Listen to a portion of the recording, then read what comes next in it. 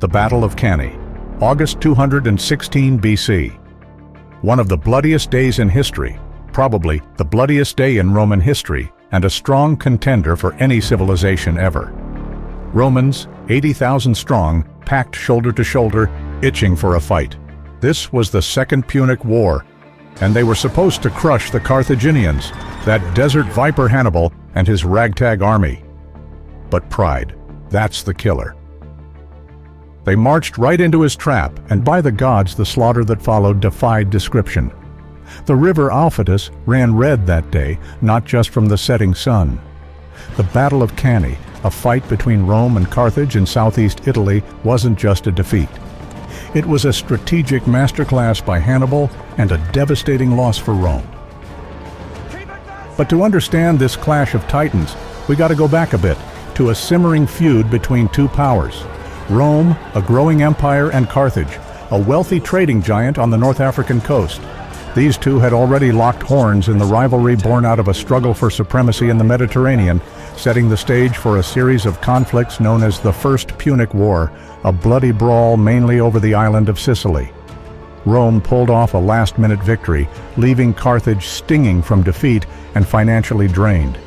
The brilliant Carthaginian general, Hamilcar, undefeated himself, vowing revenge. However, he faced significant challenges in securing support from the Carthaginian government. The political situation in Carthage was complex, and there were factions that opposed Hamilcar and his family's military ambitions. So, he set his sights on Spain, a land overflowing with silver mines, and carved out a massive chunk of territory for Carthage, refilling their war chest with unimaginable wealth. We're talking wealth enough to build an army from scratch, buy the fanciest weapons money could buy, and fund entire wars. Forget buying a mansion in the Hamptons. Hamilcar could buy the whole Hamptons and still have change left over for a fleet of warships. Hamilcar had a son, a young firebrand named Hannibal. Hannibal had been on the battlefield since he was 9 years old, gaining loads of leadership experience and commanding a seasoned army. He grew up hearing stories of Rome's humiliation of Carthage. It's like vengeance ran through his veins. Fast forward a few years and Hannibal's in charge. He makes a bold move, capturing a city allied with Rome called Saguntum. This was a direct challenge, a slap in the face to the Romans. They demanded Hannibal's head on a platter, but Carthage, well, they weren't exactly eager to hand over their rising star. Rome was furious. They declared war on Carthage, kicking off the Second Punic War. The Romans thought they knew Hannibal's playbook. They figured Hannibal would attack from the south, where Carthage was strong at sea. But Hannibal, bless his audacious heart, decided to come in from the north, over those treacherous Alps in the summer and fall of 218 BC. Now this wasn't just about catching the Romans off guard. It was about gaining advantages. The Alps were a gamble, sure, but it bypassed Roman defenses and allowed Hannibal to potentially recruit Gauls, fierce warriors who hated Rome.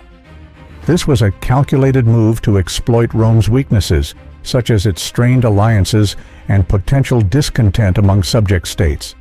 By inflicting a humiliating defeat on Rome, Hannibal aimed to incite rebellion among Rome's allies and encourage neighboring Greek city-states to join the conflict against Rome.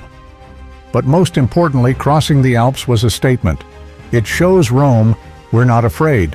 We'll fight you anywhere, even on your own soil. The first few years of the war were a nightmare for Rome. Hannibal, while having limited direct support from Carthage, fueled by his father's unfulfilled vendetta and his own strategic acumen, alliances, and the resources he could muster locally, inflicted crushing defeats on the Roman legions at major battles like Trebia and Lake Trasimene. As a result of their setbacks, the Romans installed Quintus Fabius Maximus as their dictator. Fabius avoided major battles and cut off Hannibal's supplies in an effort to gradually wear him down. Yet this methodical technique was disliked by the Romans. Fearing that Rome's allies may turn against Hannibal if he continued to cause difficulties, they wanted the conflict to finish swiftly. So, when Fabius's term ended, Rome elected two new consuls, Lucius Aemilius Paulus and Gaius Terentius Varro. Rome, being the cautious bunch they were, always had two consuls. Why? Because they were terrified of someone getting too powerful and declaring himself king. Here's the interesting part. Paulus, a noble patrician, and Varro, the son of a butcher, were as different as night and day. These men represented the polarities of Roman military leadership. While Paulus, respected by the elite, was cautious and strategic, Varro, a man of the people, rose through the ranks with fiery speeches and popular support, impetuous and aggressive. This dynamic, while intended to balance power, also sets the stage for conflict and indecision at critical moments. On the Carthaginian side, victories piled up, but victories didn't fill bellies. Hannibal's army was running low on supplies, especially grain for their cavalry. Hannibal's army, a hodgepodge of cultures and languages, was a hungry machine. Particularly the Numidian cavalry, known for their lightning-fast charges, relied heavily on grain for their mounts. Campaigning had depleted their stockpiles, and the Italian countryside, ravaged by war, offered little in the way of easy pickings. Word reached Hannibal of Cannae, a prosperous town nestled in Apulia, southeast Italy. Cannae wasn't just any town, it was a regional breadbasket, boasting massive granaries overflowing with grain. For Hannibal, desperate for supplies, Cannae was a golden opportunity. Seizing this town wouldn't just feed his army, it would cripple the Romans by denying them a crucial source of food for their own legions. The stakes couldn't be higher. Paulus and Varro furiously marched their armies south to face him. After 2 days of marching, they found Hannibal camped near a river called Aufidus and set up their own camp about 5 miles away on the other side of the river. Both armies stayed put for 2 days. Paulus preferred to harass Hannibal's supply lines and whittle down his army slowly, while Varro just itched for a fight. They shared commands in an unusual way, alternating days where one consul would be in charge. Hannibal, it seems, had a crack spy network, or maybe lucky guesses, because he supposedly knew exactly who was in command on any given day. On one such Paulus day, Hannibal offered battle, but the cautious consul refused. Frustrated, Hannibal sent his light cavalry, the Numidians, to harass the Romans. These skilled javelin throwers focused on disrupting Roman water supplies, making things very uncomfortable for the Roman camp. Finally, the next day dawned, a Varro day. The aggressive consul, chomping at the bit, led the entire around 80,000 to 87,000 strong Roman army out, positioning them all in a giant block formation on one side of the river. He wasn't about to let another day pass without a fight. The Romans were used to throwing their weight around. They'd built their empire on brute force, with legions of soldiers marching in like a brick wall.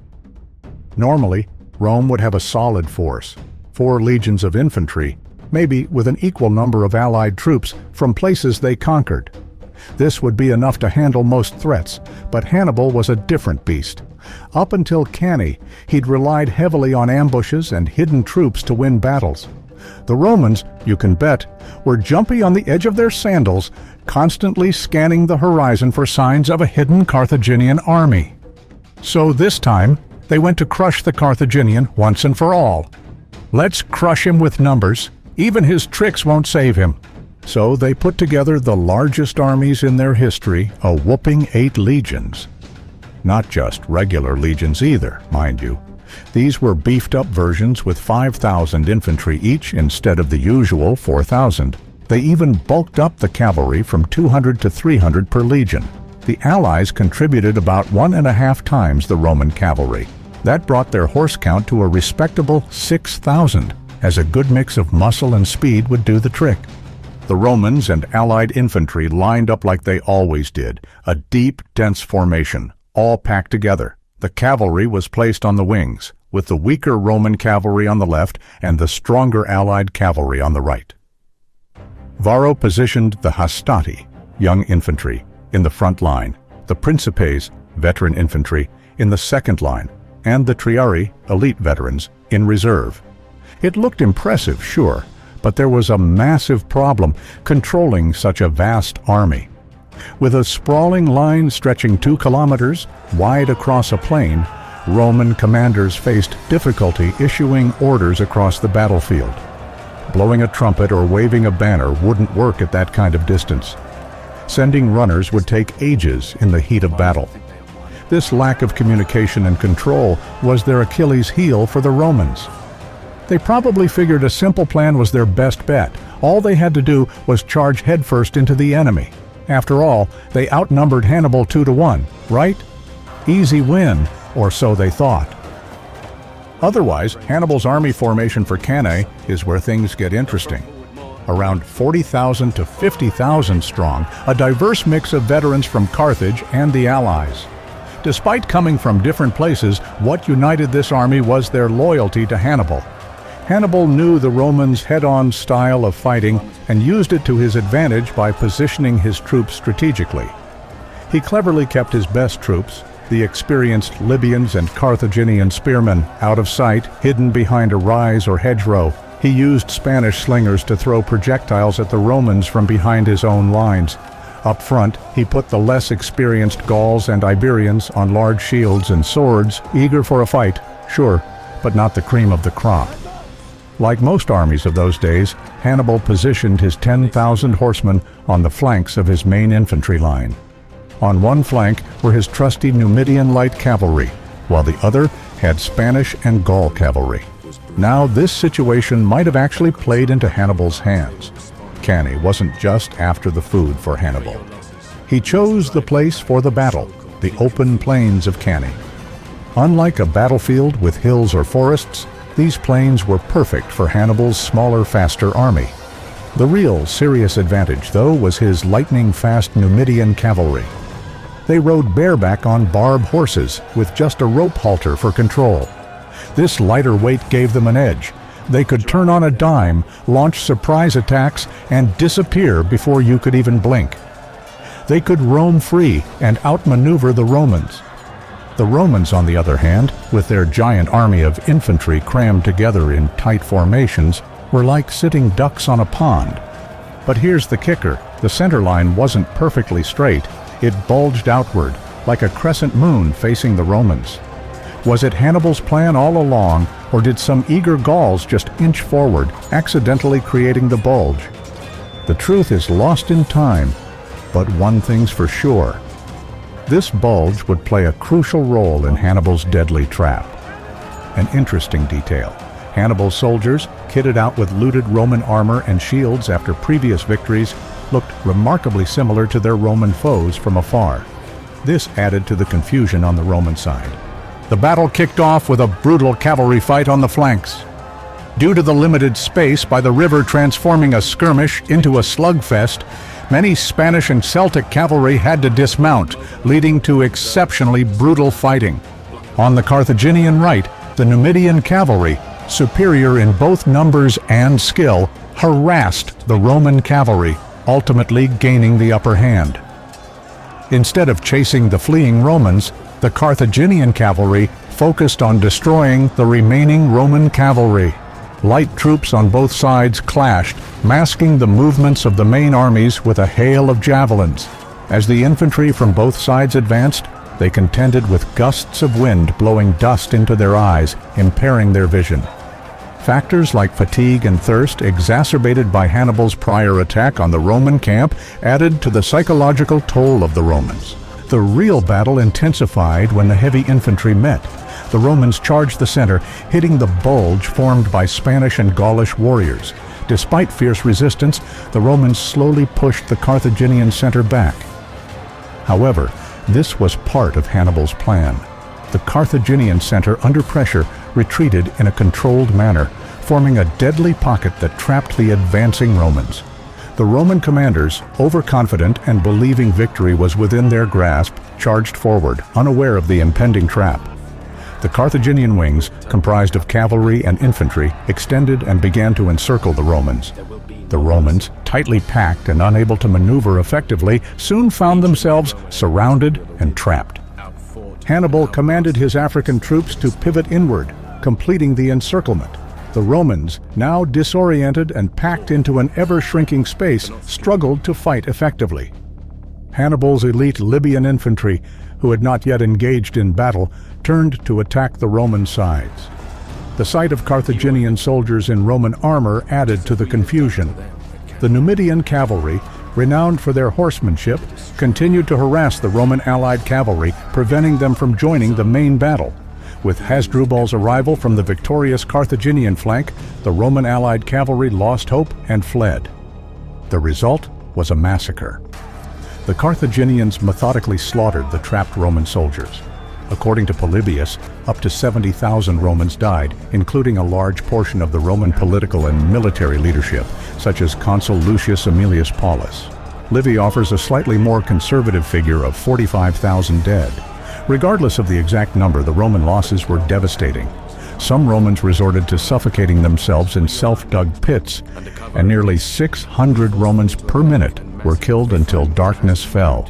Only about 14,000 Romans, including Scipio Africanus, managed to escape. Out of the Roman and allied foot soldiers, 70,000 died, 10,000 were taken captive, and around 3,000 survived. The Battle of Cannae's tactical brilliance influenced future military leaders and historians, becoming a textbook example of how to win a fight on the battlefield. It teaches us valuable lessons about surrounding your enemy, exploiting their weaknesses, and the importance of timing and working together. Encirclement tactics, when executed correctly, can devastate the enemy by cutting off their retreat and maximizing casualties. Recognizing and exploiting the opponent's weaknesses can shift the battle's momentum, even against a numerically superior force. The effective use of cavalry provides critical advantages, enabling rapid movements and strikes on vulnerable positions. The success of complex maneuvers hinges on the discipline and coordination of the troops, underscoring the importance of training and leadership. Furthermore, a decisive and unexpected victory can have profound psychological effects, demoralizing the enemy and undermining their will to fight. Hannibal's victory left Rome in shock and desperation. It was a real gut punch, prompting the Roman Senate to declare a whole day of mourning, and even getting desperate enough to offer some human sacrifices to the gods, hoping for a little divine intervention. Rather than immediately attacking Rome, Hannibal sought to weaken it by encouraging its allies to defect, with mixed results. His decision not to attack Rome directly is debated, with some viewing it as a strategic error and others attributing it to a lack of siege equipment and reinforcements. Meanwhile, Rome got smart. They ditched those big fancy battles and started playing a waiting game under this guy named Fabius Maximus. It wasn't exactly exciting. It was more like poking and prodding Hannibal's army, cutting off their supplies, and making life generally miserable for them. It was not the most glorious strategy, but it worked. Slowly but surely, Hannibal's forces got worn down. The tide finally turned in Rome's favor under Scipio Africanus, leading to a successful counter-offensive and the decisive Battle of Zama in 202 BC, which ended Hannibal's campaign and secured Rome's dominance in the western Mediterranean. Cannae marked the darkest moment.